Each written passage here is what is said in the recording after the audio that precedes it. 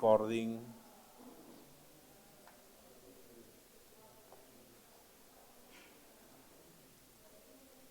Ahí está, ahora sí. Olis.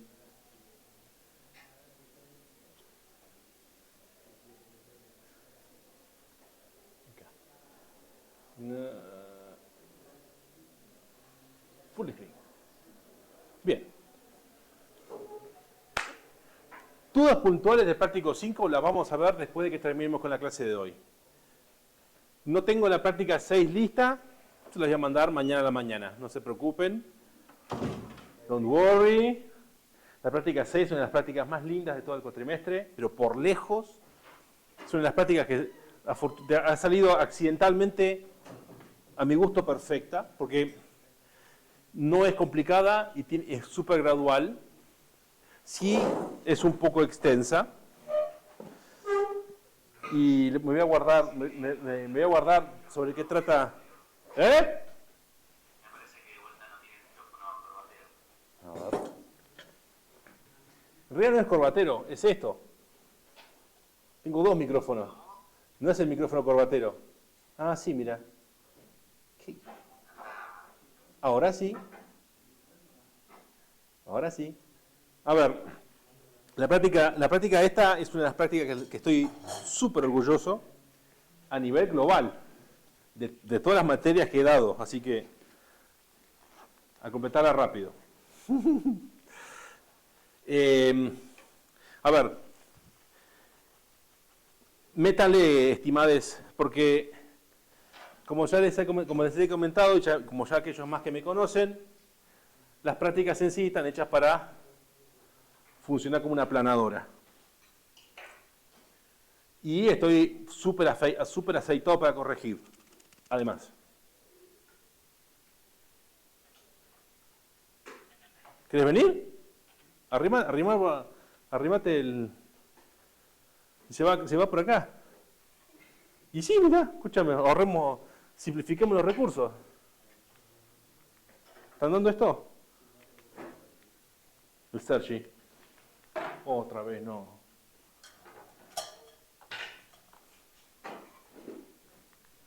Ah, perfecto.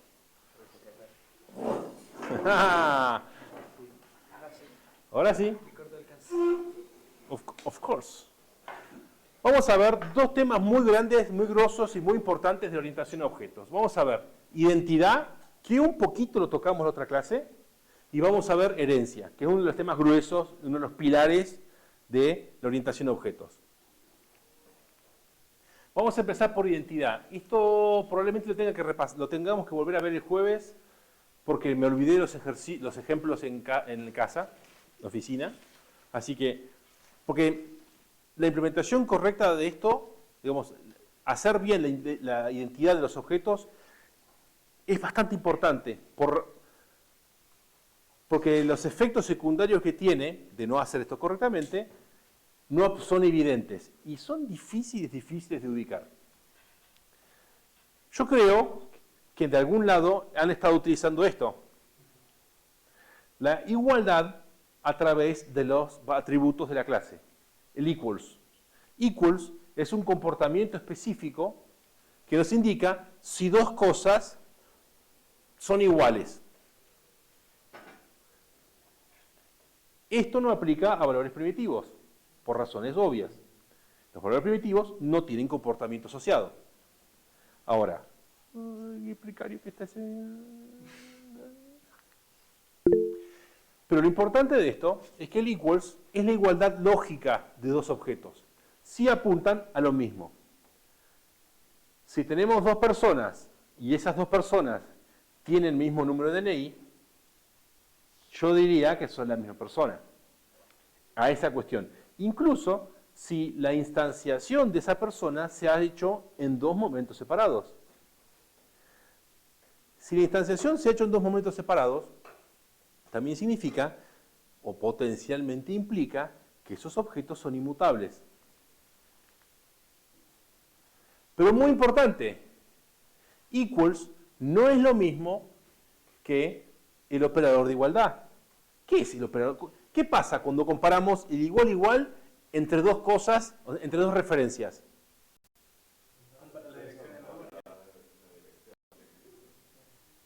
El igual igual es la identidad física.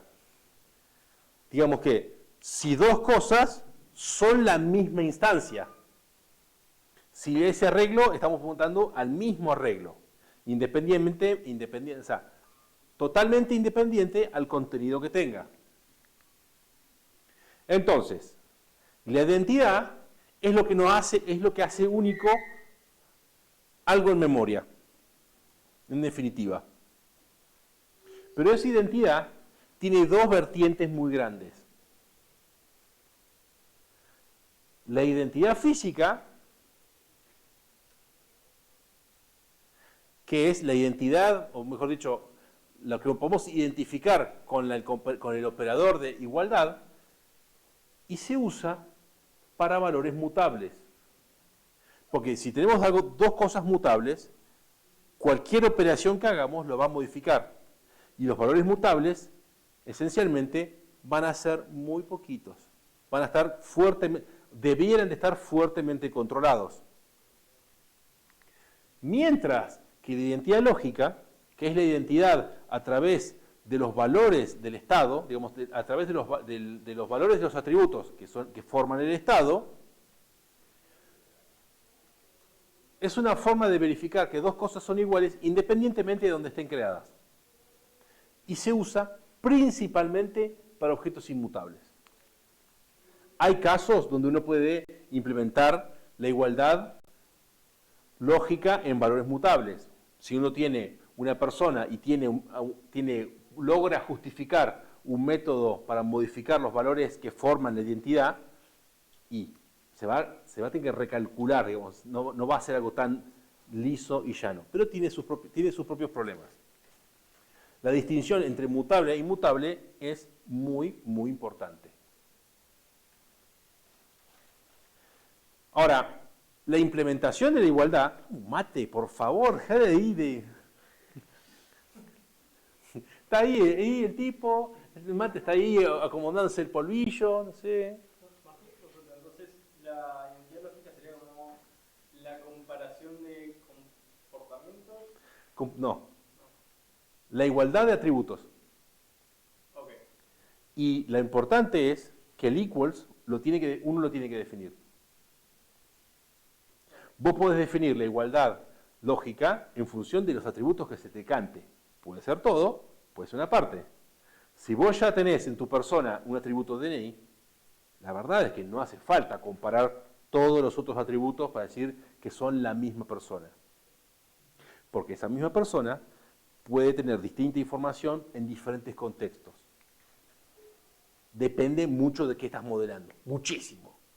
Uno puede decir, y si tienen el mismo DNI, más vale que tengan todo lo mismo otras cosas. Y si no coincide algo que tendría que tener el mismo DNI, entonces hay un problema. Que tenés algo que está faltando, depende qué estás haciendo. Lo mutable es otra historia. Cuando vos instanciás algo mutable, es difícil justificar que vos implementes la igualdad entre dos cosas mutables. Gracias. Es difícil, porque tiene efectos secundarios en estas cosas. La igualdad lógica tiene un conjunto de atributos, que es una relación de equivalencia.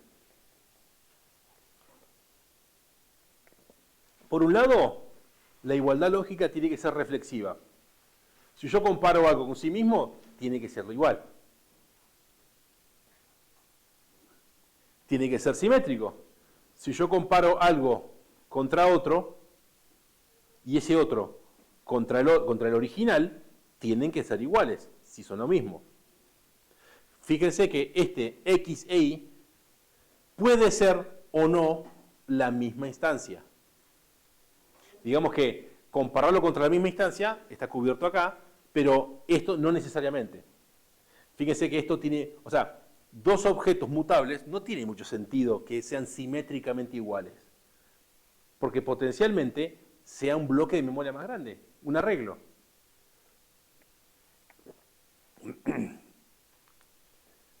Tiene que ser transitivo. Después, la próxima clase vamos a ver que estas propiedades son muy lindas, pero tienen sus propios problemas.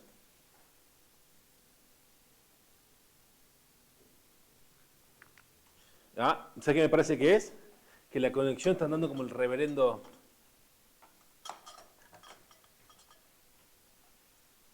Yo acá ¿dónde está? Yo veo en la transmisión del Google Meet que tengo la última diapositiva. Me parece que la conexión los ha abandonado.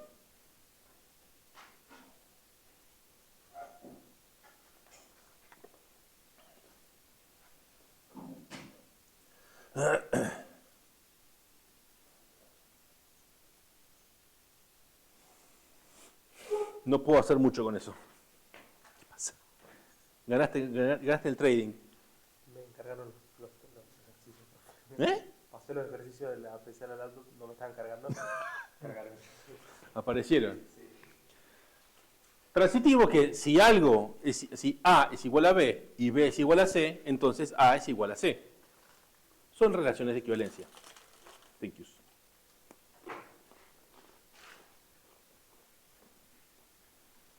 Esto es un atributo muy importante.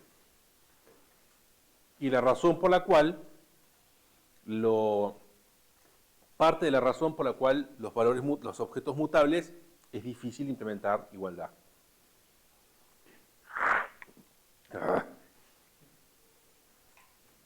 Pero la igualdad no puede depender de recursos externos, de un valor aleatorio. Tiene que ser consistente. O sea, si llamamos múltiples veces una comparación entre dos objetos, tiene que dar siempre de la misma forma.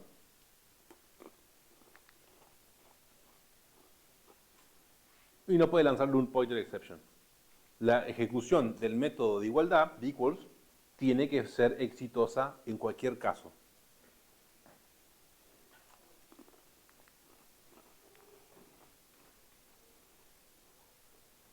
Y acá vamos a introducir el operador instance of, que nos indica si un determinado objeto es de una determinada clase.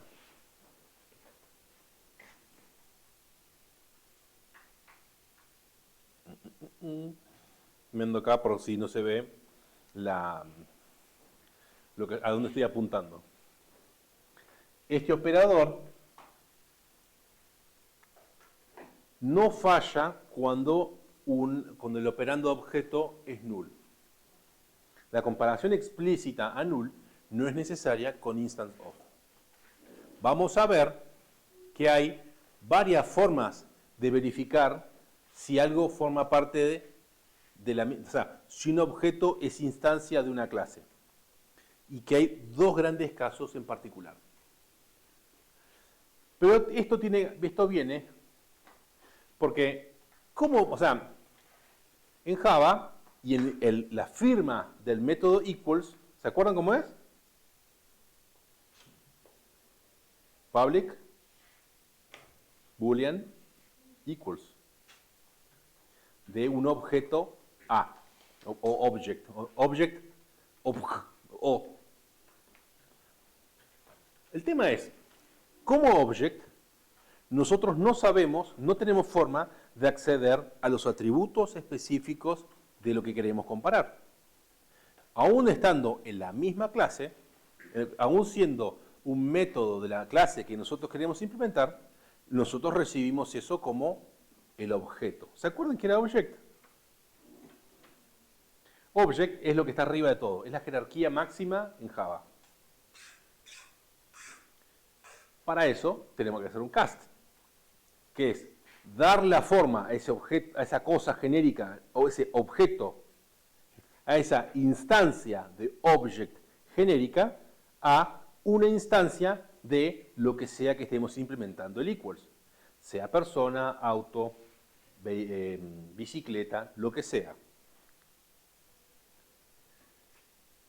Y esto tiene que ser hecho de una forma segura, porque si tomamos algo demasiado genérico, no le podemos dar la forma que querramos, como podíamos hacer en C. En C, uno agarraba perro, le daba un mazazo a gato, y C decía, perfecto, agarraba más memoria, menos memoria, uno le daba el mazazo, y eso se transformaba mágicamente en otra cosa, que tenga o no sentido es un problema totalmente separado. En Java, los cast tienen un tipo fuerte. Y para eso, el cast a usuario de este objeto solo tiene sentido luego de que verificamos de que realmente podemos castearlo a eso. Por eso es un cast seguro. ¿Podemos darle un mazazo para que se transforme en un usuario? Bueno, sí. ¡Pah! Mazazo. Pero así hacemos mate a las 3 horas, escúchame. ¿Cómo aguantar los termos? Oye, son 150 diapositivas, no creo que va a haber tiempo para eso. Esto es, si objeto es una instancia de usuario, entonces lo transformamos en usuario. Esto es, y si no es una instancia, no lo podemos hacer y queda fuera del camino del if. Java 11 introdujo una sintaxis que junta la verificación de instancia y el cast. Si el objeto es una instancia de usuario, lo guardamos en user, transformado en user. Son las dos cosas juntas. Y acá tenemos user, username, user password, los atributos, o sea, métodos y atributos que tenga definido user, aunque haya venido como object. Vino genérico y dice, en un solo paso se transforma en lo que queremos que sea. Porque esta comparación a lo que estamos viendo ahora está dentro de usuario. Estamos intentando implementar el equals dentro de usuario. Sí, somos nosotros mismos, pero no tenemos garantías de que cuando nosotros usamos equals, podemos usar equals con cualquier cosa. Porque hay un tipo de colección que admiten objetos. Guardamos objetos. Y puede ser una mezcla heterogénea de objetos. Y estamos buscando específicamente un objeto en particular de una colección de cualquier cosa, perro, gato, persona, usuario, y queremos obtener esa persona. Y vamos a usar equals. Y esta delimitación a comparar a lo que yo sé que puedo comparar, está hecha para que no explote todo. Por eso también equals no puede dar null pointer. Afortunadamente esto se encarga también de eso. Esto, da false, digamos que no entra en el camino true de este condicional, cuando objeto es null. Hace las dos cosas, tres cosas juntas. Y todo junto, ¿no? Esta implementación de equals para la clase usuario tiene public boolean equals la llamada de object, esto que vamos a ver un ratito, creamos un valor de resultado para un único retorno. Primero nos fijamos si nos estamos comparando a nosotros mismos, si el equals fue llamado con this como argumento, o digamos que para evitar esa superposición decimos, ¿soy yo mismo? O sea, ¿me estoy comparando con mí mismo? Si me estoy comparando con mí mismo, no hay dudas, soy yo. Si no soy yo, entonces intento transformar lo que hayamos recibido en un usuario de tipo usuario.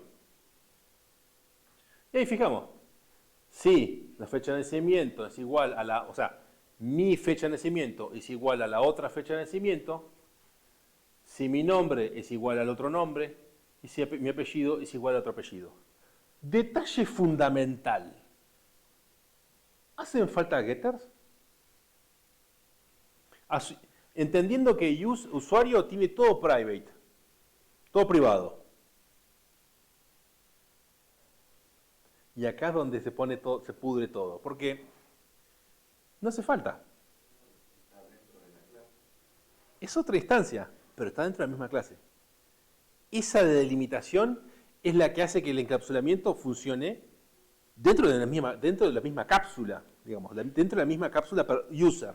Dentro del user Podemos acceder, no importa qué otra instancia sea, podemos acceder a todo.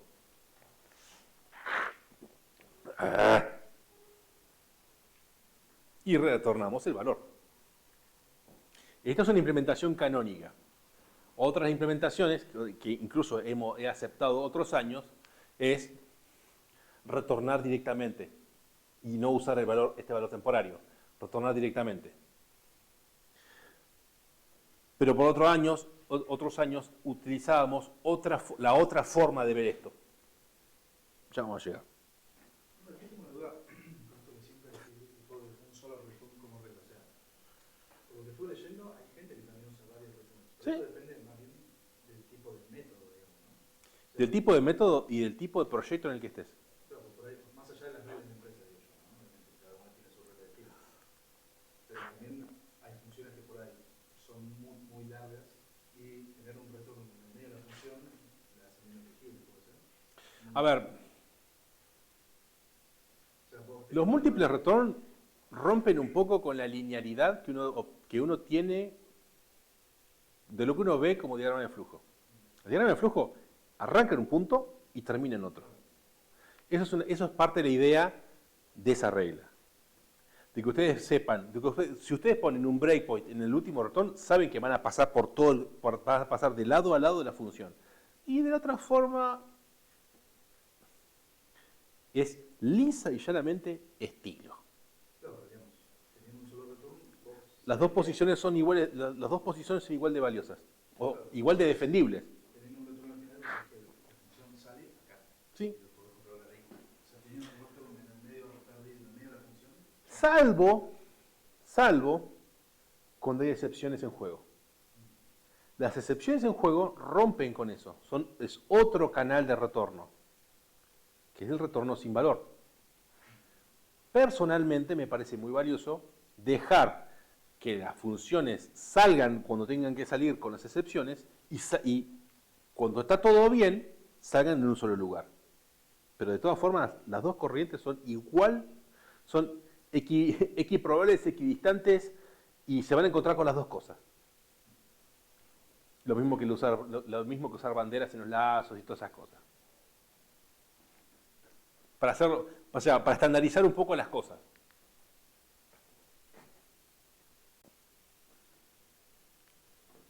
A ver, la igualdad depende de los atributos. Depende del estado guardado en los atributos. Por eso es necesario el cast.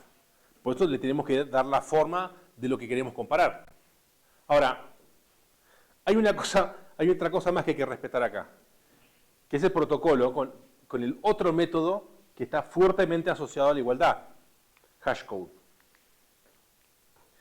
El protocolo establece que si redefinimos la identidad en función de equals, tenemos que implementar hashcode. Hashcode es un valor numérico de tipo int que da más o menos, está más o menos relacionado a la dirección de memoria de ese objeto, entre comillas. Pero de cierta forma es su identificación, es su DNI. Y si tenemos la igualdad definida en algún término, tenemos que redefinir el hashcode. Porque se utiliza muchísimo en las estructuras, que ya vamos a ver. O sea, si nosotros no hacemos nada con hashcode, es prácticamente la dirección de memoria. No hay mucha vuelta que darle. Lo que pasa es que como esto está relacionado con el equals, cuando nosotros tenemos identidad lógica, el hashcode tiene que reflejar esa identidad lógica. Y dos objetos iguales tienen que tener el mismo hashcode. No necesariamente quizás. Sí, es parte del protocolo. Ok. Si no coincide, estás con un valor, o sea, son valores mutables y es otra cosa. Por eso, la identidad lógica es para objetos inmutables. Cuando vos tenés dos personas que son iguales, equals, entre sí, y su hashcode es el mismo, Es como si estuviesen en la misma ubicación de memoria. No hay diferencia. Por eso es una identidad lógica. Y la identidad lógica también va asociada de esto. O sea, si dos cosas dan igual, su hashcode tiene que dar igual.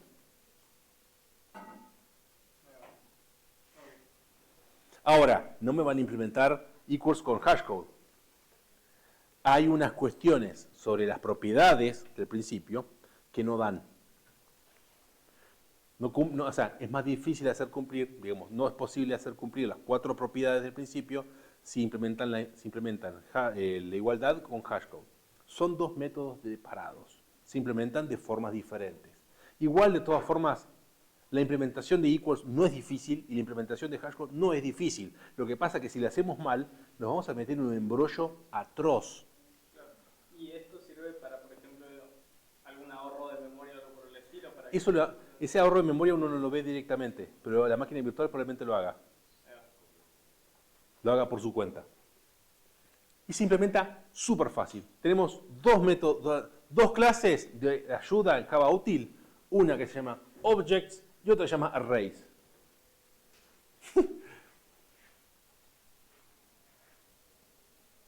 Si tenemos que implementar, o sea, lo que pasa es que como estos para valores inmutables potencialmente, o sea, hay que tener cuidado cuando hay una lista, un conjunto dentro de esa cosa.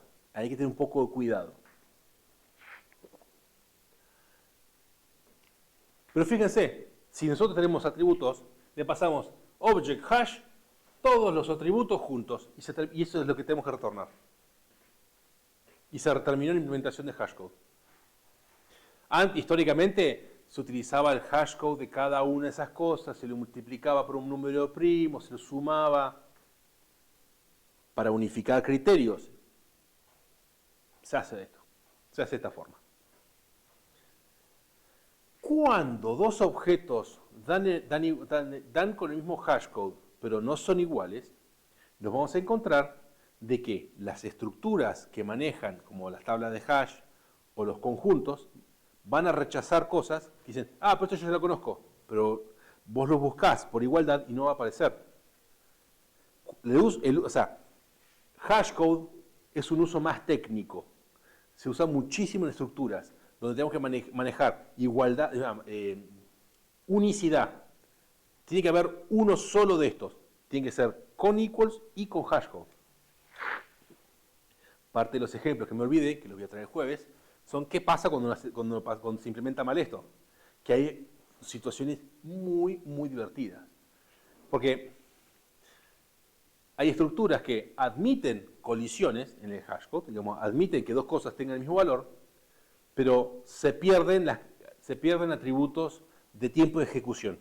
Digamos que toda la eficiencia en trabajar en función del hashcode desaparece y se transforma en una búsqueda lineal porque da todo igual. Uno de los ejemplos es qué pasa si el hashcode retorna un número fijo. Que puede pasar accidentalmente. Lo voy a traer el jueves. Verlo en práctica es otra historia. Y las colisiones, o sea, cuando esto está mal implementado, suceden mucho más rápido de lo que uno espera. O sea, no importa, lo hago así nomás, pero no hace falta que, bueno, los 32 bits son un número grande. No necesitamos 2 a la 20. Eran 2 a la 6, 2 a la 4, 2 a la 5, para que los efectos se empiecen a notar. Ya vamos a llegar. Aparte, porque el ejemplo está armado con la medición de tiempo de uno u otro. Y no es el problema es, nos vamos a enterar cuando empezamos a ver que el programa el rendimiento se va para el tacho. Nosotros esperábamos algo que sea mucho más rápido y esto empieza son los errores, los de hashcode y equals, son los errores más ásperos de sacar. Hay que hacerlos bien de entrada. Y hace que las cosas anden erráticamente, pero jodidamente errática, de una forma muy errática.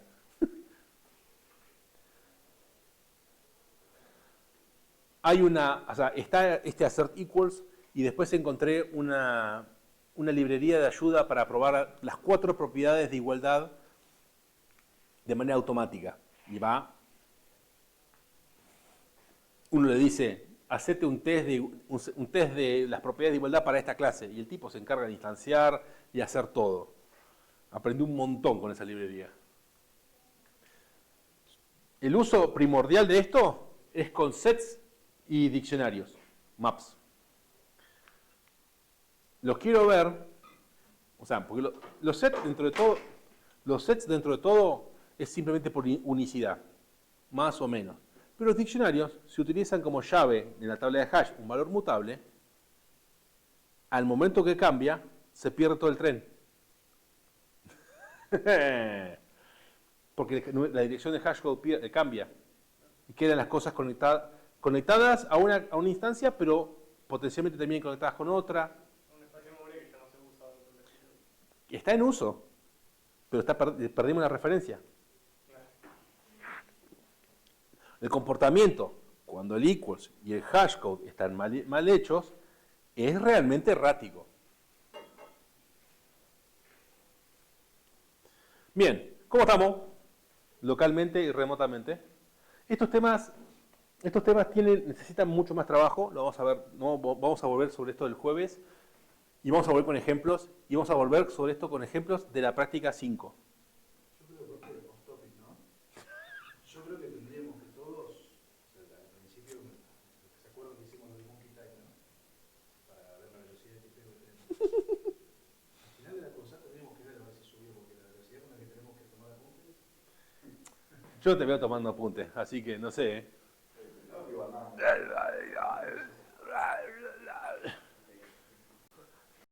Bueno, y ahora, así. A trabajar. La herencia es el concepto más interesante de la orientación a objetos. La herencia es lo que nos permite reducir fuertemente el copy-paste de código. Siendo un auto que tiene 4 atributos y 3 métodos, digamos, un comportamiento de 3 partes, ¿qué sería una bicicleta con respecto al auto?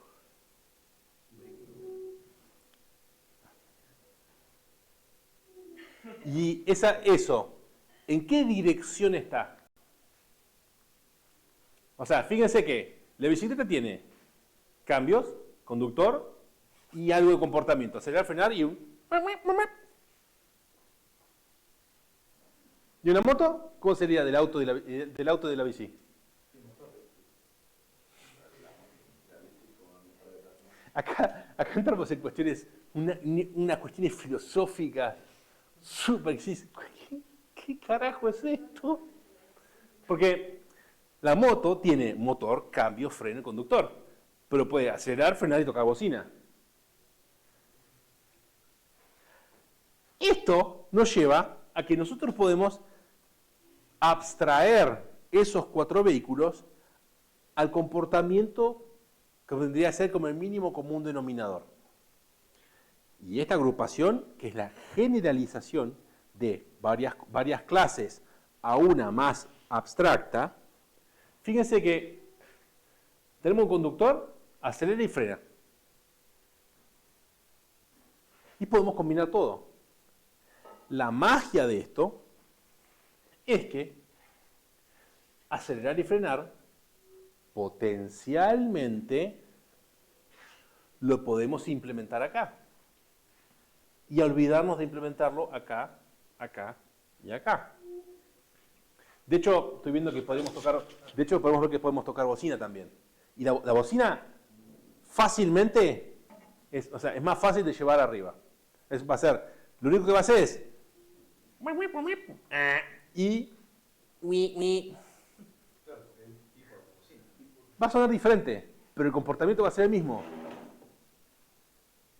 El ejemplo clásico con esto son animales, perro y gato. Hablar, miau o guau guau. Es ejemplo clásico porque se hace con eso en la consola. La cuestión es que todo esto es de llevar todo lo posible a una clase a una clasificación más abstracta. La generalización es el hecho de tomar múltiples cosas parecidas y hacer un factor común del comportamiento compartido. Hablo del comportamiento más que del estado, porque me gustaría hacer que piensen primero en el comportamiento antes que en el estado, pero muchas veces uno se puede llevar parte del comportamiento para arriba. Porque acá no hay motor. Pero uno puede seguir introduciendo jerarquías, no necesariamente tiene que ser así. Vehículo motor, vehículo de tracción humana o tracción a sangre. Los niveles de jerarquía son tan rebuscados como quieran.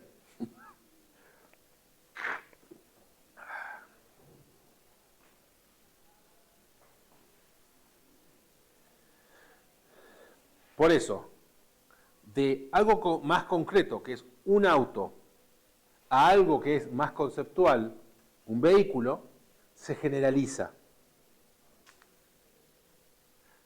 ¿Qué es abstraer? Subir el nivel de abstracción de las cosas. Mientras que del vehículo pasamos a un triciclo, estamos especializando el vehículo en un nuevo tipo de vehículo. Y esa frase es fundamental. Estamos creando un nuevo tipo de esa clase más abstracta. Así como Java, todo hereda de object. Todo es un object. Ese object define el mínimo común denominador de todo lo que se usa en la memoria, en el heap de Java. Se define toString, hashcode, equals y un par de otras cosas más. Es el mínimo común denominador para cualquier cosa que se cree dinámicamente. De eso viene nuestra jerarquía. Por eso equals puede recibir object. Puede recibir cualquier cosa que esté en la memoria. Y esa es la parte fundamental. La especialización es bajar la abstracción a algo un poco más concreto. Digo un poco más concreto porque en definitiva del vehículo podemos bajar un poquito al vehículo motor. Del vehículo motor podemos bajar un poquito a utilitario o vehículo recreativo o automóvil, camión. Nos podemos delirar con la jerarquización tanto como querramos. Ojo con delirarse con la jerarquización de las cosas. Es muy importante recordar, así volver 2 clases para atrás y tener muy presente el nivel de abstracción que queremos y de enfocarnos a lo que tenemos que modelar. Depende de qué es lo que queremos hacer, conviene más abstracción. Lo de análisis que hicimos al principio de todo esto es fundamental tenerlo siempre presente. Nos podemos delirar y hacer la taxonomía biológica de las cosas en los animales y meter una jerarquía de 12 niveles que arranca del género animal hasta el chihuahua, pasando por perro, por cánido, por mascota hogareña. Y encima, la jerarquización en Java solo puede tener un padre, solo puede haber uno hacia arriba. Pero las cosas se pueden clasificar de múltiples formas. El perro, según su género, en el árbol de la vida, su perro en función de la veterinaria que tiene 3 o 4 cosas, introducimos simplemente un nuevo factor de análisis. Si tenemos muchas cosas que tienen un comportamiento similar, probablemente la podamos generalizar. Y si tenemos algo si tenemos un comportamiento, y la clave en esto es el comportamiento, si tenemos un comportamiento que está compartido en múltiples lugares, pero que cambia en cosas muy específicas, que puede ser la forma de los atributos, o puede ser un comportamiento específico, como el hablar, uno hace miau, uno hace wow, y otro hace wow. En eso la especialización va. Por eso práctico 6, cuando lo vean mañana, van a decir, "Ay", lo vamos a ver, lo vamos a tratar acá en clase por la complejidad que tiene.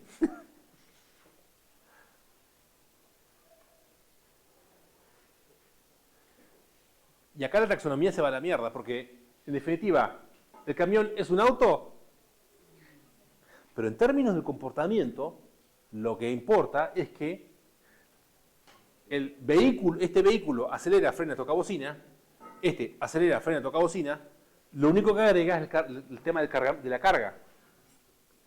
La taxonomía, está bueno que siga una clasificación, digamos, natural, pero a veces es mejor pensar primero en el comportamiento. ¿Qué cambia entre el motor, los cambios, el freno, el conductor, entre el auto y el camión? Detalles. Va a cambiar el tipo de motor, va a ser un motor más potente, una caja de cambios con más cambios y más grande, pero en términos del comportamiento, acelerar, frenar y tocar bocina. Así que, independientemente de que esta conexión, de esta familiaridad no tenga mucho sentido, está bueno pensarlo así. Ahora, tengan cuidado si esto fuese al revés. Si el camión es el padre de auto. ¿Por qué? Por esto.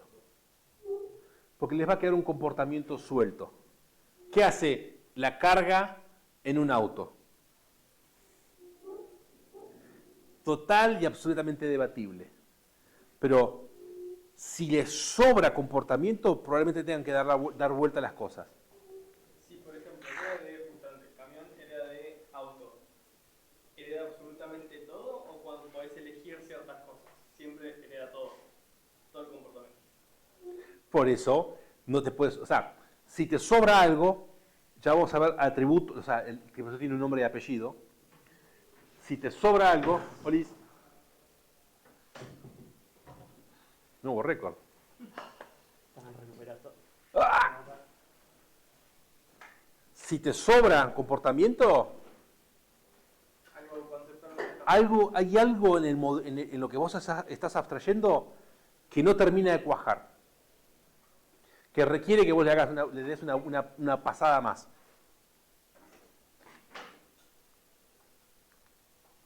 Y estas dos cosas forman la herencia, la generalización y la especialización. Como la generación es el hecho de ir para arriba, de abstraernos y volarnos más, y la especialización es el hecho de bajar más a lo concreto, a tierra.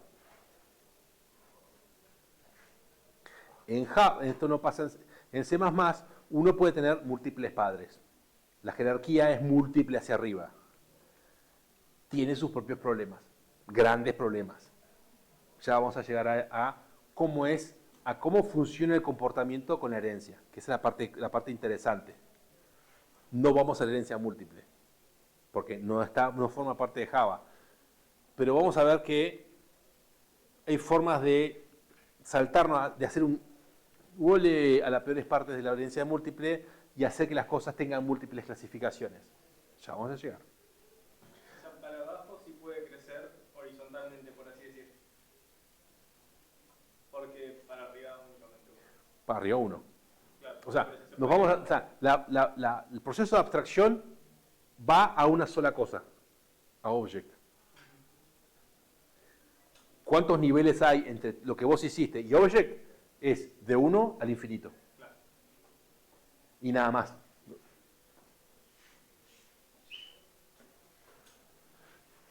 Y esto, yo podría poner vehículo motor y mandar a bici para el costado, meter triciclo dentro de bicípedo, o sea, velocípedo, como le dicen. Doble ración es para que vaya al baño, ¿no? Sí.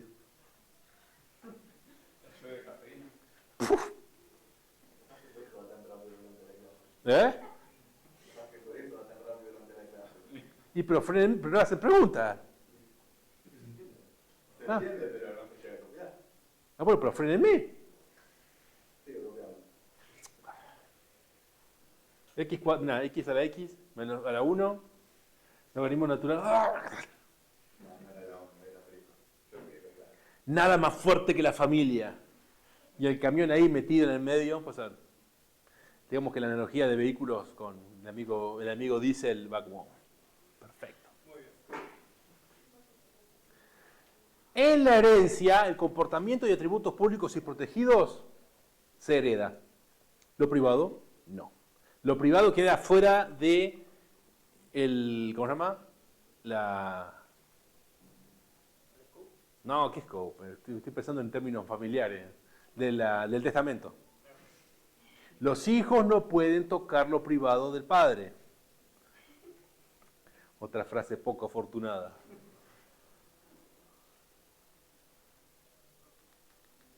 Opa.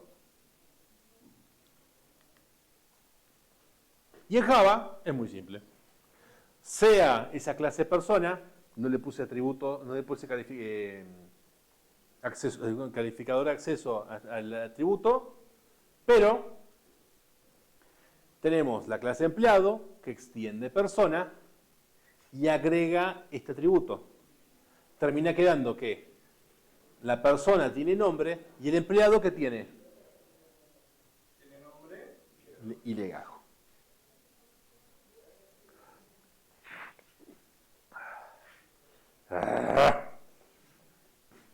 Y esto es 1. Solo puede extender a 1. Acá no hay familias ensambladas todavía. Hay algo parecido. Lo fundamental es que todo lo referido a persona está en un solo lugar, lo que sea manejo del nombre, del DNI, cómo se comunica, el email, todo eso, y lo específico del empleado está en el empleado. Y podemos tener cliente y empleado que extienden a persona. Y el comportamiento a nivel persona es el mismo. ¿Puedes hacer feliz el padre de un hijo?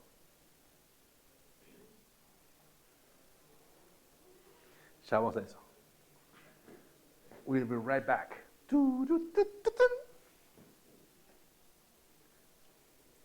Y acá viene la otra parte importante de todo esto.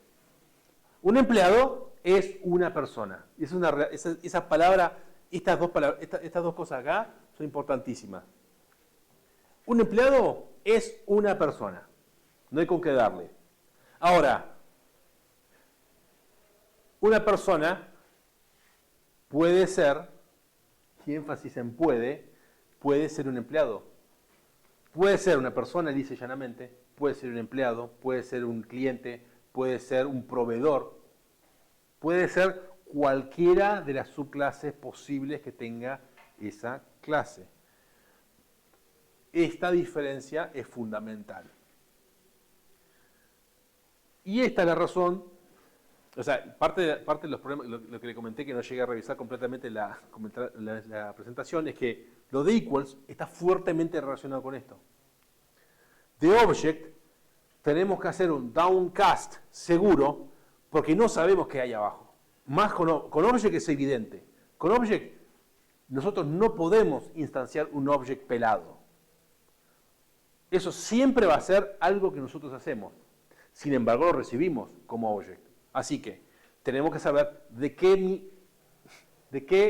con qué estamos tratando abajo. Tenemos que hacer eso que hicimos con el pattern matching. Si esto es una instancia de algo, ahí le damos un mazazo. El cast directo no se puede hacer. Porque la probabilidad de que falle un cast directo de una instancia, incluso dentro de la misma familia, es prácticamente 1. O sea, es tan probable que falle el cast sin el instance of que el compilador lo ataja. No van a poder hacer un cast sin hacer una verificación de instancia.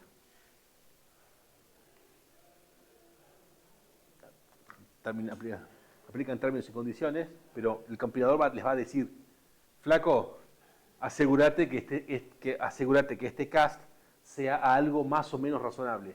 Porque no se puede hacer un cast como en C, de cast a memoria y bajamos masazo y, bueno, y las cosas se escurren a las ubicaciones de memoria como en un struct.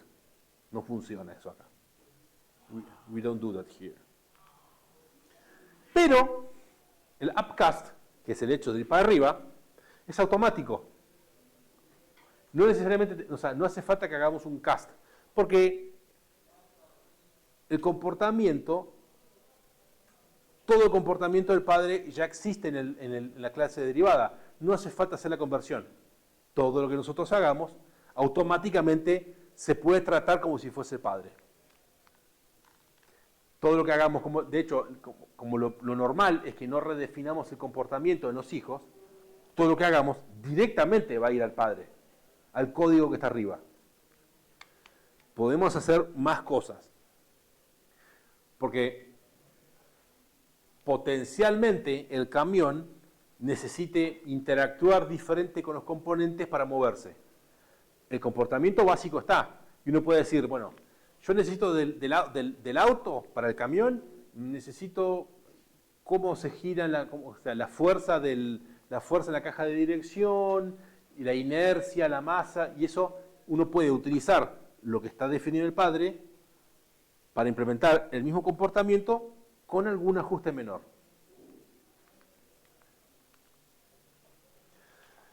Como el objeto subclase siempre es una instancia de su padre, entonces el upcast es siempre seguro. No tenemos que hacer muchas cosas. Siempre podemos tratar un hijo como su padre. Y eso es la base del polimorfismo, que ahora vamos a ver. Y el downcast, repasando así, y repasando, si quieren copiar,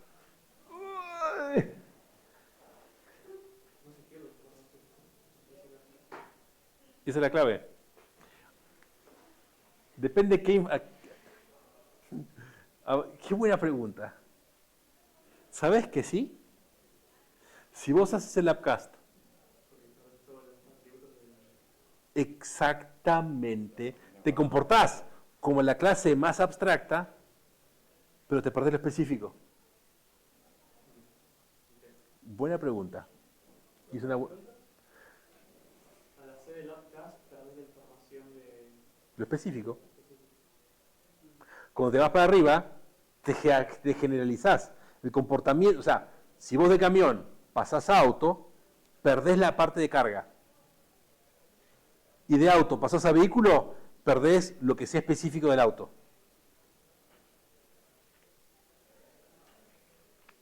Por eso, las clases de más arriba definen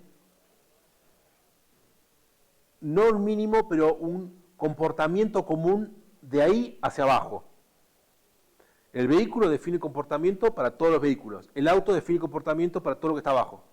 Porque de auto nos podemos delirar y poner camión, auto de carrera, auto prototipo.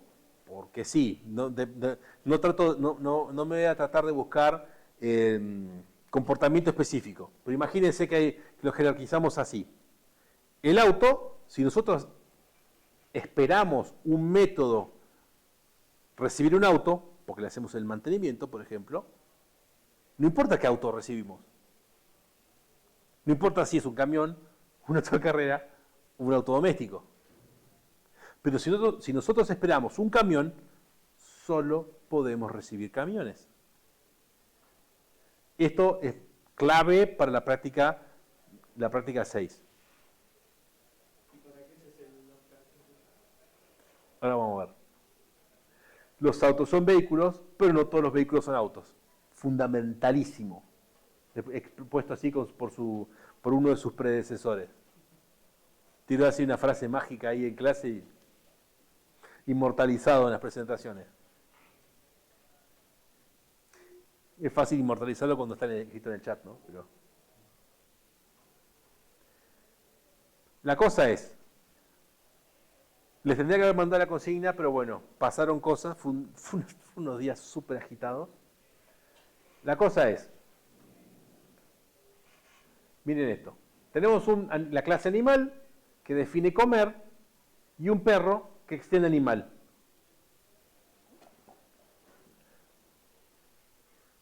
Todos los animales, o sea, la magia de esto es que cualquier cosa, cualquier tipo de animal, otra palabra importante, cualquier tipo de animal, es un ejemplo súper boludo, lo sé, cualquier tipo de animal que agreguemos ya sabe comer.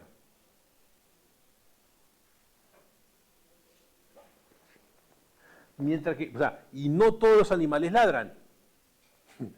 Si nosotros esperamos un perro, vamos a poder ladrar. Si nosotros esperamos un animal, va a poder seguro comer. Porque podemos ir al mínimo común denominador de comportamiento.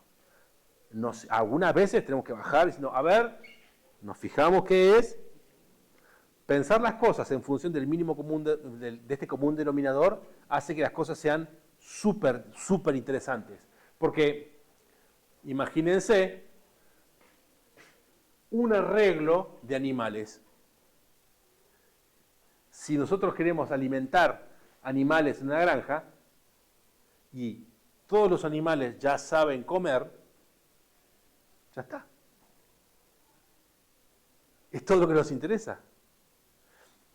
Y trabajamos en un nivel de abstracción que no es ni recontra abstracto ni súper concreto. Trabajamos en un nivel medio. Entre más abstracto trabajemos, podemos hacer ajustes finos. Podemos hacer también que el perro coma con alguna condición. Podemos mezclar el código de la superclase con el código de la clase específica.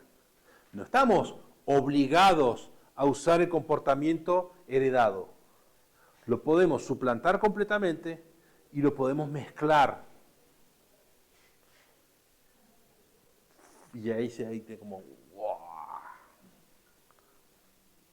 ¿De un hijo también tenés acceso a los métodos de los padres? ¿De un hijo a los métodos del padre? Sí, a todo. Entonces animal, punto y acceder a lo que sea. Hay otra palabra clave, pero sí. Hay otra palabra clave parecida a this, se llama super. Porque si vos estás implementando comer en perro, tenés que distinguir de tu comer, de tu this comer, del super comer que está arriba. Y vos podés llamar, como lo mismo pasa con el constructor. Llamás a lo que sea que esté definido arriba, pones código. Super comer. Y después pones más código. Es una llamada más. Suele ser lo primero porque no sabe, porque potencialmente hay inicialización y hay pasos y hay cosas. Pero vos podés llamar al método super, a la versión del padre en cualquier momento. Y ahí es. Pero te ahorraste todo el código que está arriba, no lo tenés que copiar y pegar. Y si está implementado de una forma razonable, que puede ser incluso protegido, que no está accesible al exterior, o uno dice, ok, públicamente vos comés, pero el animal define parte del comportamiento incompleto, parte de interfaz, que le dice, para comer, tiene que saber abrir la boca, llevarse la comida a la boca, masticar y tragar. Externamente, cualquier cosa que usa un animal no sabe nada de eso. No sabe que están esos pasos intermedios. Y eso se pasa acá. Que lo implementa, el que está externamente no se entera de que están esas cosas intermedias, pero uno fraccionó un comportamiento más complejo, dejándolo disponible para que el que esté abajo haga lo que tenga que hacer específicamente dónde tiene que hacerlo. Ahí, pero no tiene por qué aceptarlo. Pero la magia de esto es por un ejemplo. Que este es el práctico 6. esencialmente lo vamos a trabajar juntos. Ustedes van a tener que hacer una gran parte del trabajo. Naturalmente. Aparte, la calculadora se va rápidamente a lo que probablemente se llama el Joraca.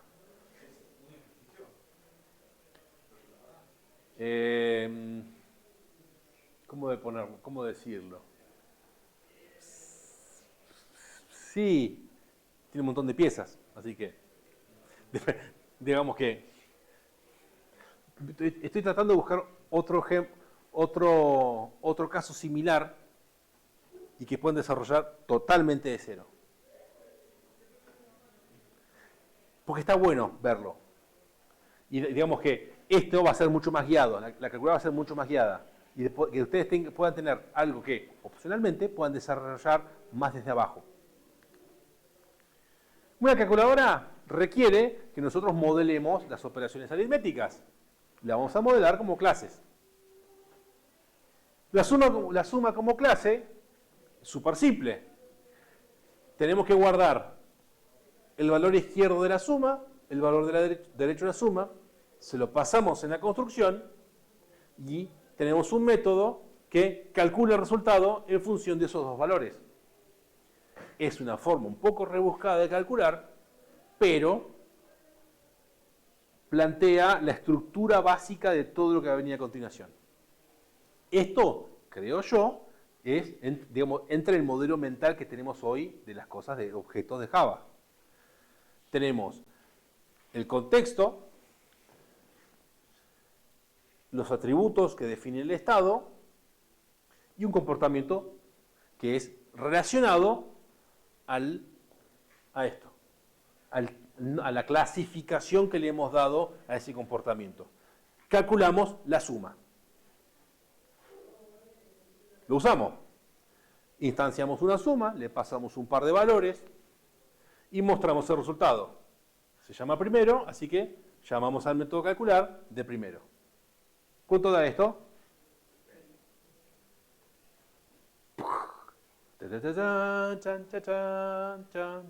Sí, da 30.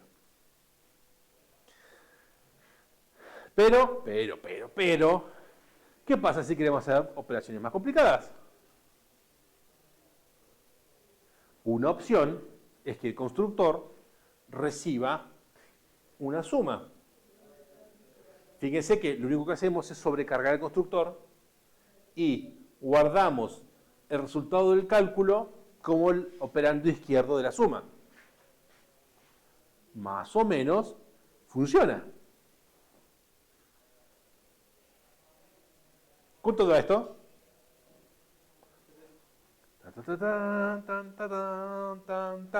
Hasta ahora, nada demasiado complicado, porque en el momento de llamar a este constructor, se resuelve esta suma y se guarda esto como resultado. Nada demasiado complicado.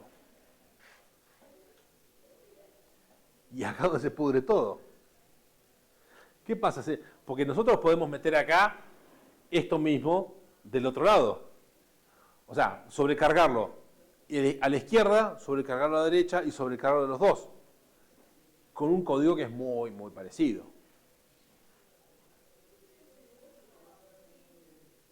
Pero, ¿y si hacemos esto?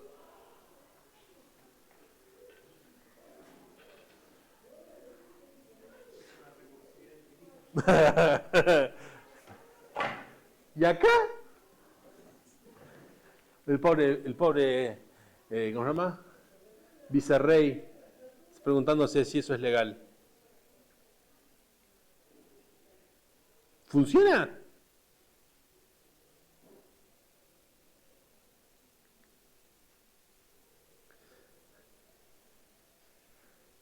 ¿De dónde salen los valores? No tenemos, o sea, si esto está definido en términos de suma y la suma no tiene directamente lugar para guardar un valor int o digamos, algún tipo de valor concreto, esto es recursivamente infinito y no llegamos a ningún lado. Nos falta un caso base, digamos, algo que nos permita guardar un valor. Pero lo fundamental con esto es que podemos descomponer esto en un valor izquierdo y un valor derecho. ¿Quién guarda los números? Miren qué interesante esto. Otra clase que yo creo que es muy simple. ¿Qué hace esta clase?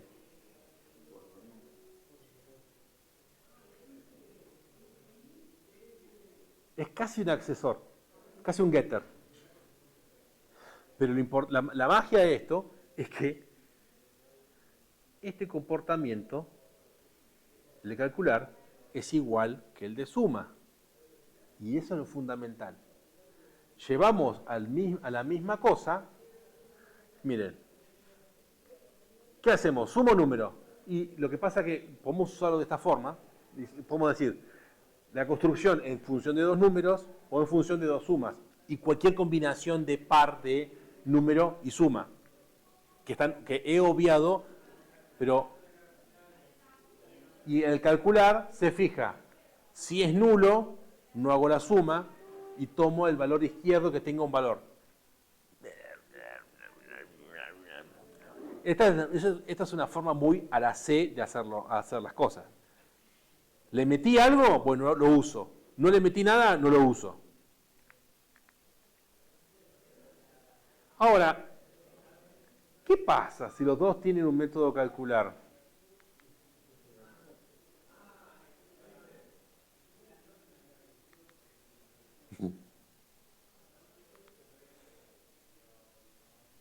Usemos los dos. Hacemos una función.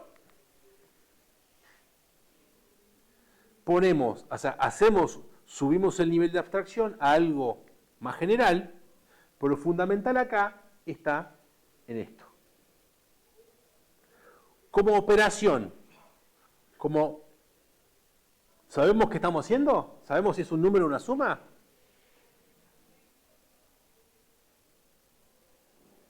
Es realmente abstracto, porque no sabemos qué mierda estamos haciendo. Lo que sí sabemos es que admite el método, el comportamiento calcular. Y eso es el núcleo de todo esto. En estas clases abstractas podemos meter código, o sea, podemos crear otros métodos y podemos meter atributos.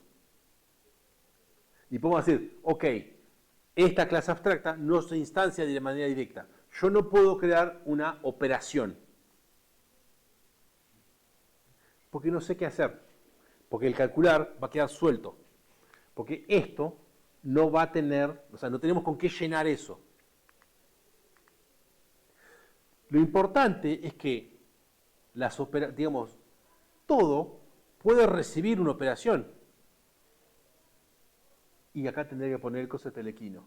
No importa qué operación. Si la operación es un número y dar el valor directo, o la operación es agarrar dos operaciones y sumarlos.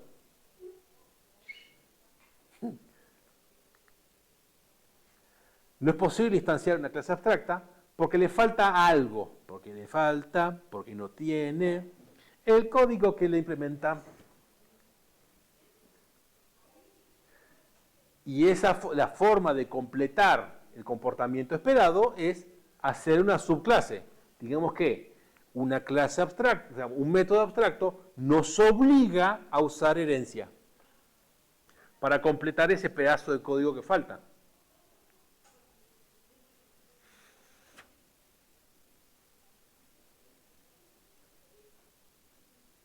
Y así como está el método abstracto, o sea, si una clase tiene un método abstracto, entonces la clase es abstracta.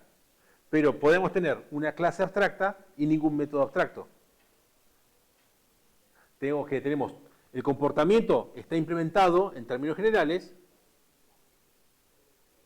pero la clase no se puede instanciar de manera directa. Tenemos que usar una subclase.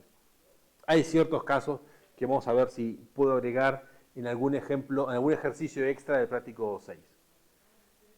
Las clases abstractas son esencialmente clases que uno no puede instanciar de manera directa, son más abstractas de lo que uno puede instanciar. Una operación. La operación es como un buen ejemplo en este caso. Se usan para forzar el mínimo común denominador, el cálculo, en este caso.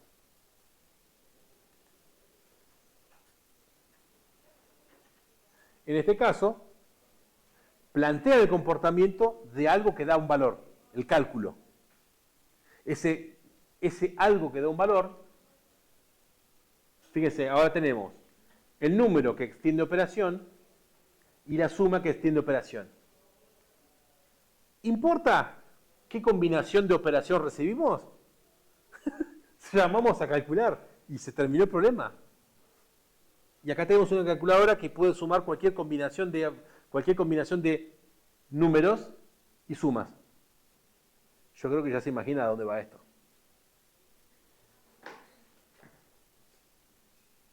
Porque así como implementamos suma, podemos implementar resta, multiplicación, división, negación de signo. Pero ¿qué cambia con la negación de signo con respecto a esta operación, a este tipo de operación?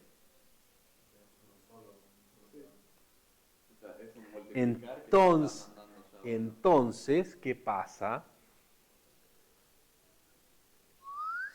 Tenemos dos familias separadas ahí. Sí.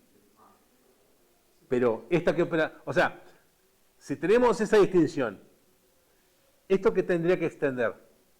Eso debería ser como un monomio y binomio. Operación binaria, operación unaria. No. Acá no hay, o sea, ojo con eso porque no hay incógnitas. En algún momento esto va a ser un número. Si no, no tenés con qué calcularlo. Y acá vamos a hacer una salvedad muy importante. Este código está implementado de una forma muy específica y no previene lazos. Porque podemos fácilmente crear una suma y pasarle a la suma, como operando izquierdo, esa misma cosa que acabamos de crear.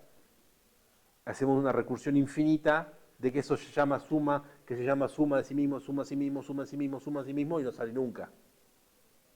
Guarda. Es otro tema ese. No hay polinomios, no hay incógnitas que despejar acá. La detección de esos lazos es un problema heavy, separado de todo esto. Sepan que en algún momento esa operación se va a transformar en un valor concreto. Pero no deja de ser algo muy parecido a una resolución recursiva del problema. Recursiva porque fíjense que se llama siempre el mismo método, que tiene dos formas de implementarse. O da un valor o es el resultado de una operación con otras cosas. Y, profe, ahí de vuelta con lo de cambiar de signo. Dijimos que quedaría en su propia herencia de operación binaria. No puedo acceder desde una binaria a un método de una... Sí. ¿Sí? Vos podés usar para implementar cualquier cosa la familia. Dame un segundo. Aguanta. Sería la forma mucho más fácil de multiplicar por Y sí.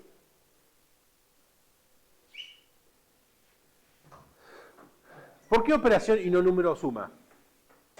Porque vamos al comportamiento común. Digamos que operación agrupa estas dos cosas. Y como las agrupa, no importa cuál de las dos viene. Estos son los temas así.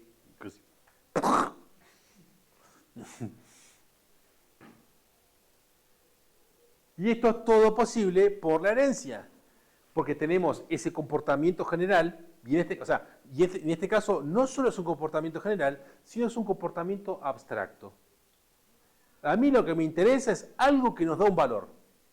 ¿Cómo obtenés ese valor? No me importa. Yo quiero que vos me des un valor numérico.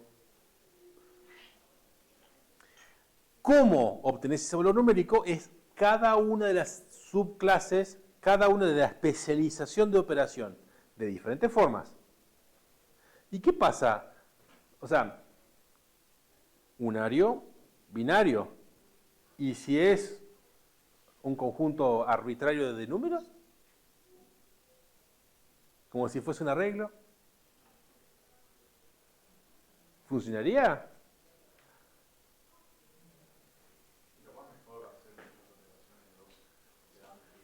Esa es una. Pues también puedes usar un array list, una lista de operación. La suma, agarrás y haces un acumulador de las operaciones de cada una de las cosas que están adentro de esa lista.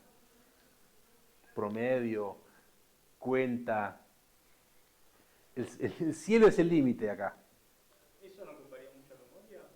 Eso es otro problema. Es una buena pregunta.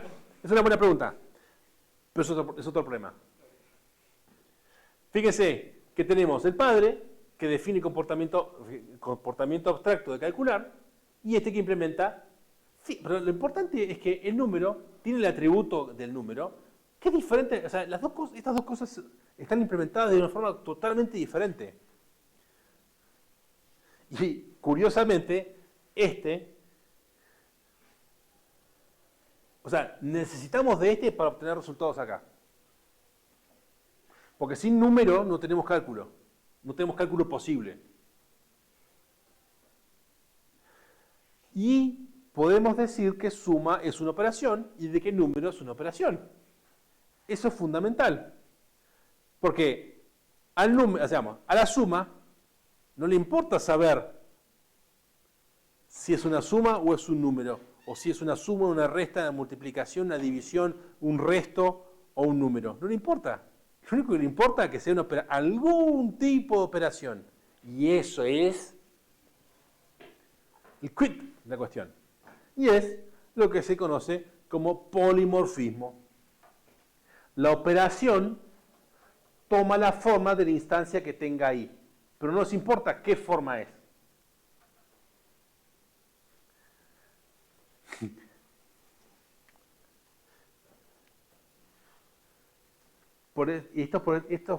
Esto es porque el upcast es siempre seguro. Nosotros mandamos las cosas como si el padre y no nos importa, porque nosotros esperamos y vamos a usar el comportamiento a nivel del padre.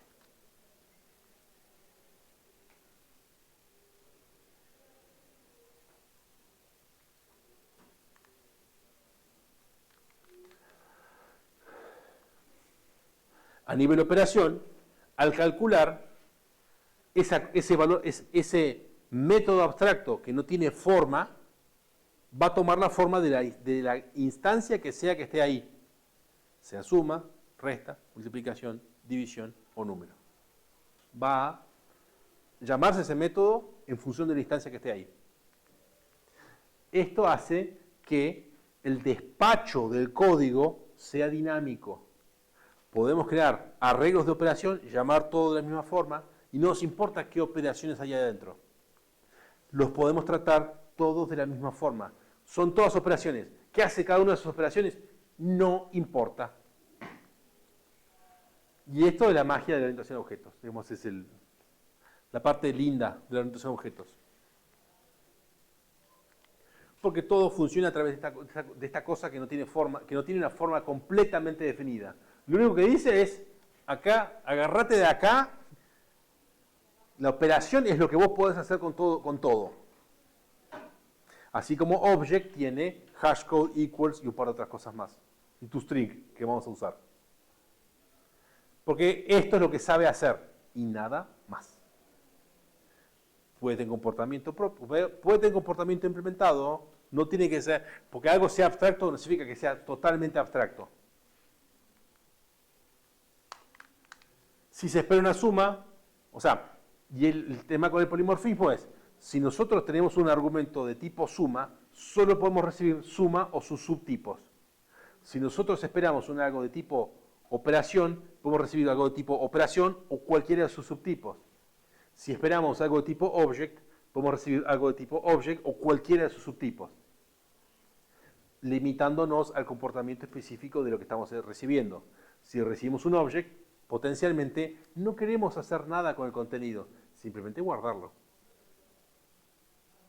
Podemos implementar nuestra propia lista y nosotros no queremos hacer nada concreto con los valores, simplemente guardarlos. Y tratamos a todo lo que nos pasan para guardar, lo ponemos en el cajoncito. donde se espera, digamos, donde se espera a algo que tiene subtipos, a donde se espera el padre, puede ir cualquiera de sus hijos, comportándose como el padre. Si recibimos una operación, puede ir cualquier operación comportándose con el método definido en la operación, calcular. Este denominador común es la base fundamental, la piedra angular del polimorfismo.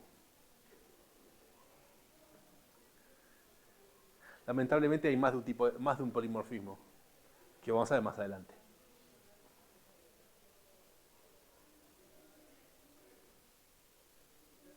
Si agregamos más operaciones,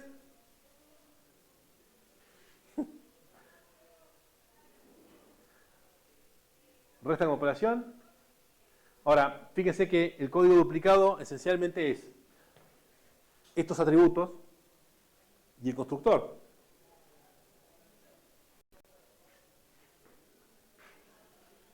Todas las operaciones binarias tienen dos operandos, pero lo único que necesitan especializar es el cálculo. Tenemos una operación binaria abstracta, porque no sabemos qué tenemos que calcular, pero la construcción y digamos, los atributos ya están. Y esta es la cosa divertida. Ahora lo único que tenemos que hacer es implementar el cálculo. Y esta es la cosa con los diferentes niveles de abstracción. Simplificamos el código. Donde hay copy-paste, y tenemos que pegar una mirada.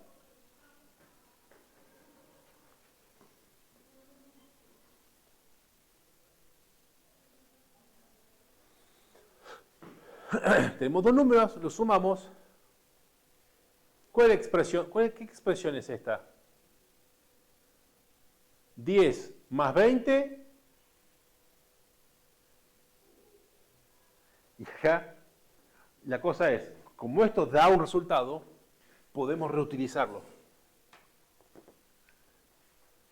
Porque es inmutable también. No tenemos un cambiar número. Y seguimos, porque tenemos la inversión, ahora tenemos la operación binaria y tiene las dos operaciones concretas. ¿Y esta? Un área.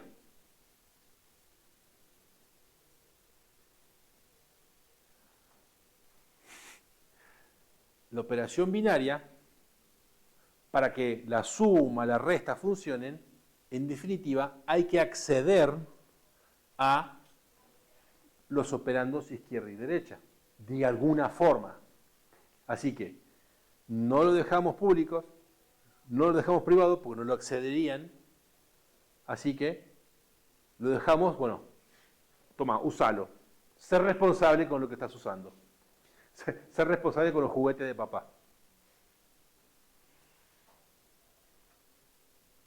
Teníamos público y privado.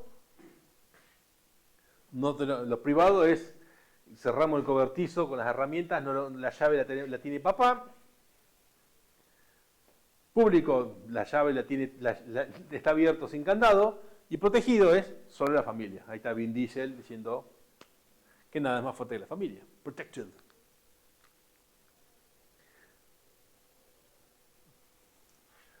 De todas formas, uno puede pensar en que, no puede pensar de la forma bien binaria, no lo accede nadie nunca. Es todos los atributos siempre privados, siempre. Y uno puede pensar en un getter protegido para meter un colchón incluso con la familia. Onda de, cuestión de, si tenemos que hacer algún cambio más arriba, no afectar, no tener que implementar cambios en la familia. Eso ya es una cuestión más, eso sí que es una cuestión de estilo. Y potencialmente sea algo de estilo.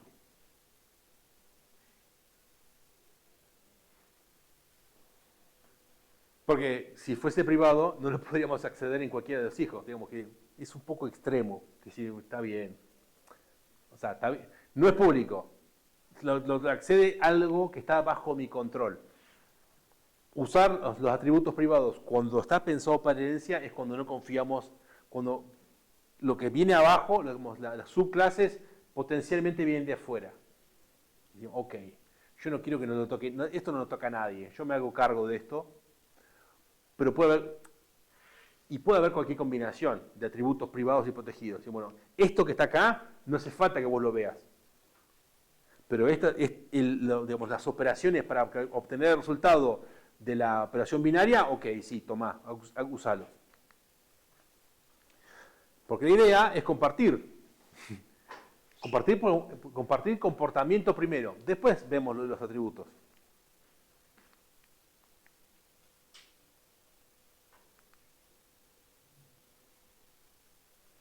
Hay un método en particular, porque todo era de Object en Java, que es el toString. Podemos, o sea, como esto está pensado para ser inmutable, incluso dependiendo de otros valores, en definitiva, una vez que uno construye el árbol de operación, el árbol de cálculo, no cambia porque los números no cambian. No puede implementar toString y hash en los atributos, en las clases de la calculadora. Pero el que nos interesa acá es el toString, que podemos pensar en cómo hacer una representación de cadena de ese árbol de expresión. ¿Y cómo sería eso? ¿Cómo sería la implementación de toString como representación para la consola del número? La cadena del número que está dentro. ¿Cómo sería la representación a cadena de una suma? Como entre los números, con el más en medio. ¿Pero son números? Son operaciones. Que el operando izquierdo se muestre como cadena, se le agrega el símbolo más, y el operando derecho se muestre como cadena.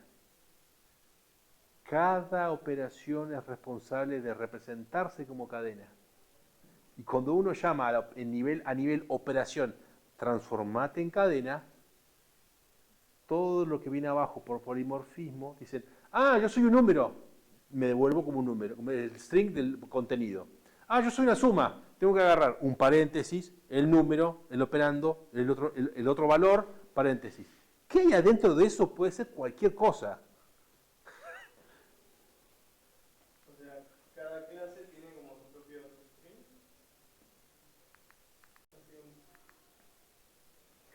Por eso, parte de lo que tienen que implementar a nivel de operación es el toString. Y déjenme consultarles algo rápido que creo que no puse en la presentación. El toString de la suma y de la resta, ¿en qué cambian? ¿Nada más? El resultado es otra historia. Tratemos el toString como la representación estructural, sin el resultado. Porque para el resultado ya está el calcular. Si solo cambia el símbolo, entonces el toString probablemente esté en operación binaria.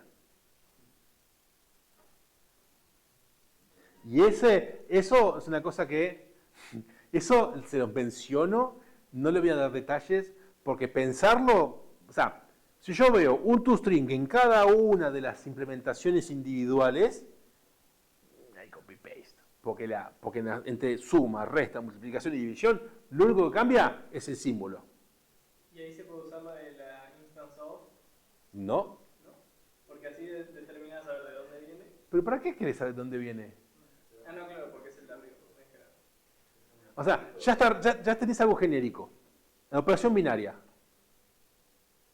O sea, tenés que buscar la forma de que el que está abajo te diga qué símbolo tiene, con qué símbolo lo tiene que representar, pero el código del toString es el mismo. Ok, y ese código con el que lo tenés que representar, ¿no estaría también como atributo de las restas, ya que lo tiene cada uno? Quizás. ¿No podría ser un atributo char de cada número? Probablemente. No, pero cuando va para arriba se pierde. ¿O no? Entonces hay que ver a qué nivel tiene que ir. ese atributo. Y además, acuérdense de que esto es Unicode. Le pueden poner los símbolos, que ellos tengan que hacer en sumatoria, le pueden poner el sigma. Y queda todo re... Otras operaciones para implementar. Operaciones unarias, que también tienen que tener su representación visual.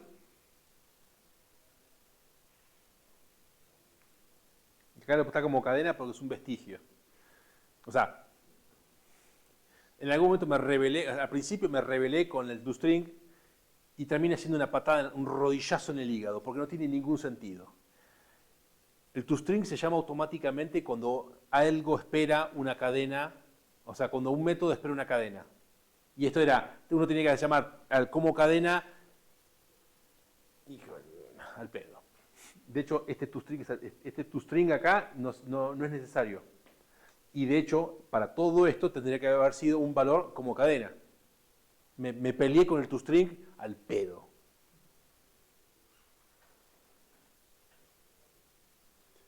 La idea es que implementen las otras operaciones y que le hagan un main que le dé uso. ¿Qué tan complicado es el main? Prefiero que hagan los tests. O sea, no quiero que se explote el cerebro haciendo una calculadora con cualquier tipo de argumento, cualquier tipo de valores. Porque procesar es, o sea, transformar 1 más 2 más 3 por 4 dividido 2, exponente de 2, raíz cuadrada de... es un tema que van a ver en compiladores más adelante. Ya van a sufrir con eso. No se preocupen. Con que pueden hacer algunas operaciones interactivamente ya está bárbaro. Y si no quieren hacer alguna operación interactiva, también está bien. Lo que sí me gustaría que hagan los tests.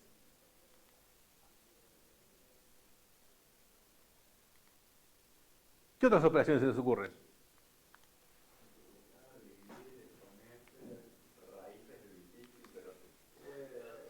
En la medida que devuelva, si la operación devuelve un número entero, está bien.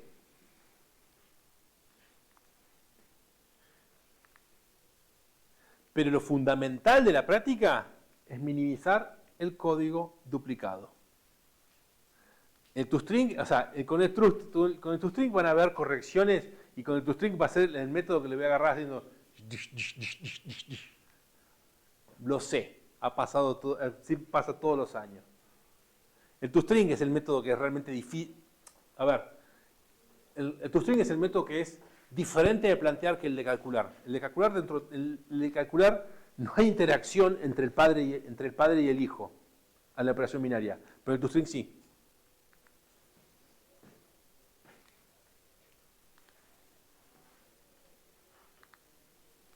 Miren qué bonito esto. Una suma de múltiples operaciones. Como si fuese un array. O mejor, a ver, esta suma múltiple sería como la suma de la planilla de cálculos. Que le pasan un conjunto de valores y el tipo agarra, suma. Multiplicatoria, sumatoria, multiplicatoria, divisoria, restoria. O sea, ahí en realidad los estás agrupando. O sea, ahí no estás haciendo ninguna suma ni nada. ¿Está definido el método calcular? No, por eso. Cuando tenemos la clase abstracta, y si no implementamos el método abstracto definido en la clase padre, nos transformamos en clase abstracta. Porque diciendo, el calcular todavía está pendiente.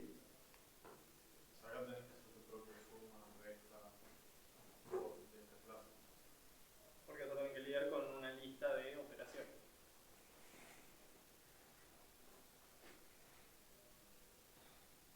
Y lo lindo de esto es que hay comportamiento diferente. De todas formas, cualquier operación de este tipo se puede calcular.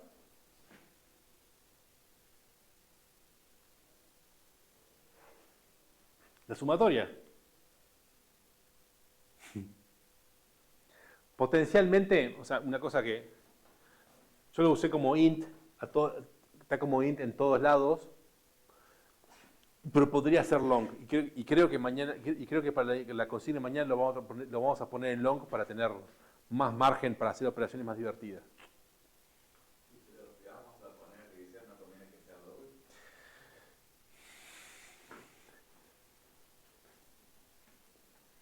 Los doubles son tan molestos con los cálculos, con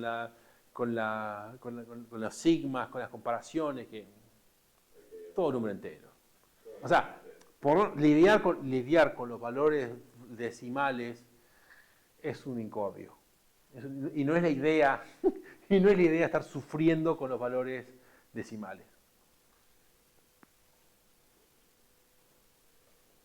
Y sí.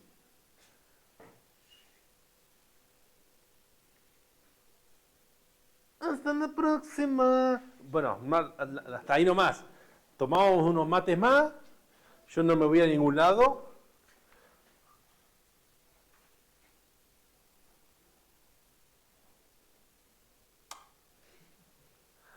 Pero pues, escuchando sus dudas, consultas y preguntas con respecto a la práctica 5. En los test, ¿hay que usar un getter o cómo?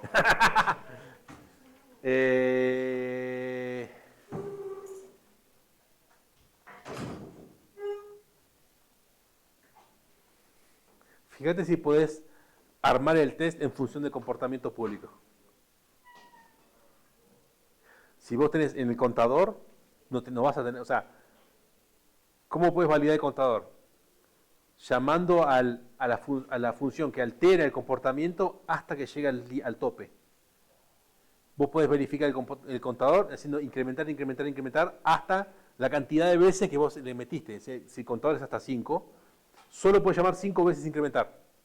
Y comprobaste que el valor interno es lo que vos le dijiste y que el comportamiento siguió lo que estaba indicado las veces que vos le dijiste.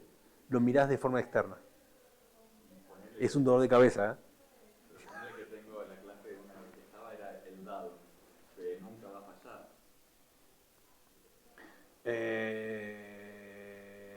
Lo que podés hacer, más cuando esta cosa específicamente random y decís, what the fuck hago acá, tira el dado muchas veces. Y fíjate si en algún momento cae fuera de rango. Sí, pero ¿cómo me Es lo- clasificaste fuera de rango sin acceder a los datos del dado? Y por el momento cuando el hecho de tirar el dado implica que vos obtenés el valor del dado.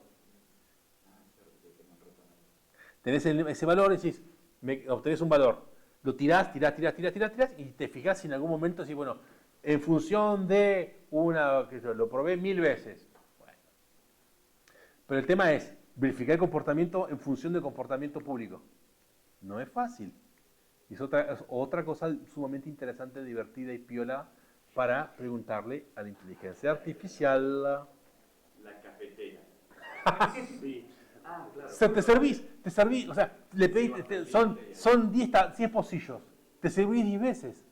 Si te puedes servir 11, Problema. Te podés servir 11, solo que no te sirve. pero tendré que dar una excepción. Ah, Te- yo dije que simplemente sirve 0. O te sirve 0. Si te sirve 0, si obtenés 0 3 veces, es que yo no hay más. O sea, es una rotación de 90 grados en el marco de referencia de cómo uno plantea las cosas. Y eso, así, what the fuck. Y por último, tus strings, ¿hay que desecharlos? Si tenés pensado usarlos, y lo lindo de los toString es que en cierta forma te exponen el contenido interno de las cosas.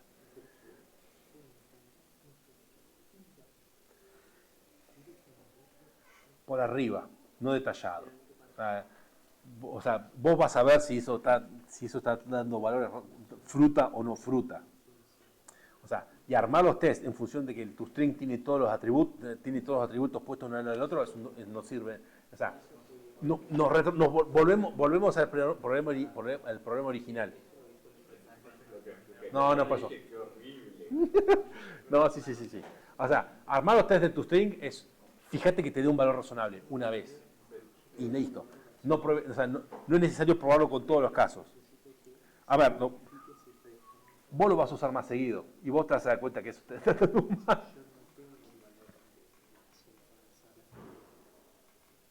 No lo he visto, es el salchipapa. Bien. Tomar unos mates y a jugar. Chaito.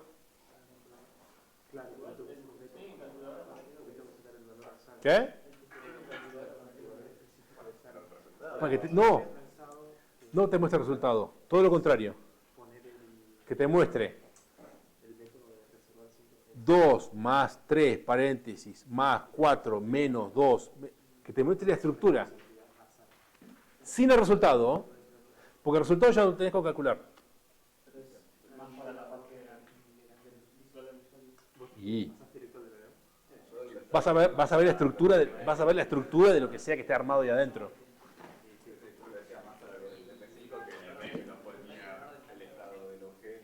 Sí.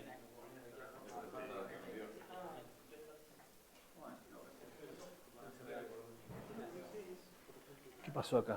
Se tuvieron...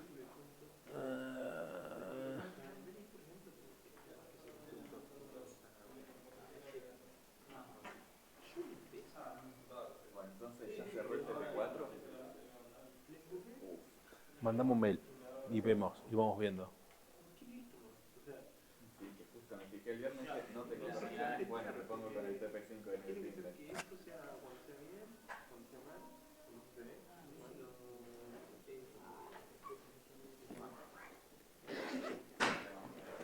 Sacamos los chiches.